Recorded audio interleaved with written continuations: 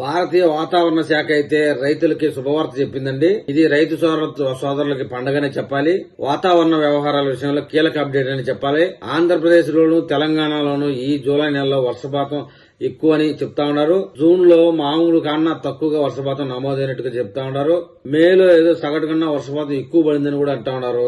మే నెలలో 6 సెంటీమీటర్ల వర్షపాతం నమోదు కావాల్సి ఉండగా 9 సెంటీమీటర్ల వర్షపాతం నమోదైనట్టుగా చెప్తున్నారు. జూన్ లో దాదాపుగా సహజంగా 8 సెంటీమీటర్లు నమోదు కావాల్సిన వర్షపాతం 6.2, 6.3 కంటే ఎక్కువ వర్షపాతం పడలేదని చెప్తున్నారు. జూలైలో అయితే ఖచ్చితంగా వర్షపాతం ఎక్కువ అని ముందు నుంచి చెప్తా ఉన్నారు. దానికి తోడు వాయువ్య బంగాళాఖాతంలో అల్పపీడనం అనేది కొనసాగుతా ఉంది. మరియు దానికి తోడుగా అరేబియా సముద్రంలో అల్పపీడనం ఒకటి కొనసాగుతా ఉంది. వాయువ్య బంగాళాఖాతంలో ఏర్పడినటువంటి అల్పపీడన అనుబంధంగా దానికి అనుబంధంగా ఉపరితల ఆవర్తన ద్రోణి కూడా ఒకటి దీనికి జతై కొనసాగుతా ఉంది. దీని ప్రభావంతో ఒడిశా, పశ్చిమ బెంగాల్, ఛత్తీస్గఢ్ తో పాటుగా ఉత్తరాంధ్ర జిల్లాలైనటువంటి విజయనగరం, విశాఖపట్నం, శ్రీకాకుళం జిల్లాలతో కలుపుకొని ఉభయ గోదావరి జిల్లాలో కృష్ణా, ప్రకాశం జిల్లాను కూడా యాడ్ చేసి 4 సెంటీమీటర్ల వరకు నమోదయ్యే అవకాశం ఉందని చెప్తున్నారు. ఇక రాయలసీమ జిల్లాకు వస్తే 2 సెంటీమీటర్ల నుంచి 4 సెంటీమీటర్లు నమోదయ్యే అవకాశం చెప్తున్నారు. తెలంగాణ రాష్ట్రంలోని 12 జిల్లాల్లో చెప్పుకుంటే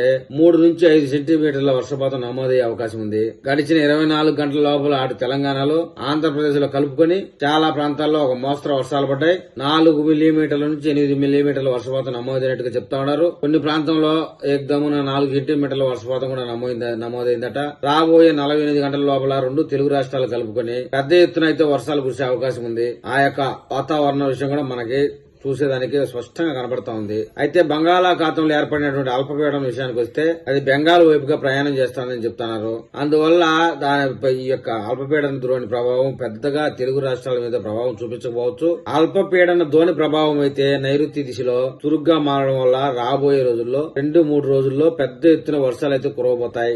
ఈ విషయాన్ని నేరుగా అమరావతి వాతావరణ కేంద్రమే వెల్లడించిందండి. రాబోయే 2-3 రోజుల్లో ఏ ప్రాంతంలో ఎంత వర్షపాతం రాబోతుందన్న విషయం వాతావరణ శాఖ అప్డేట్ ఇవ్వగానే నేను మళ్ళీ ఒక వీడియో చేస్తాను. ఆ వీడియో మీకు చేరాలంటే నా ఛానల్ సబ్స్క్రైబ్ చేయండి, లైక్ చేయండి.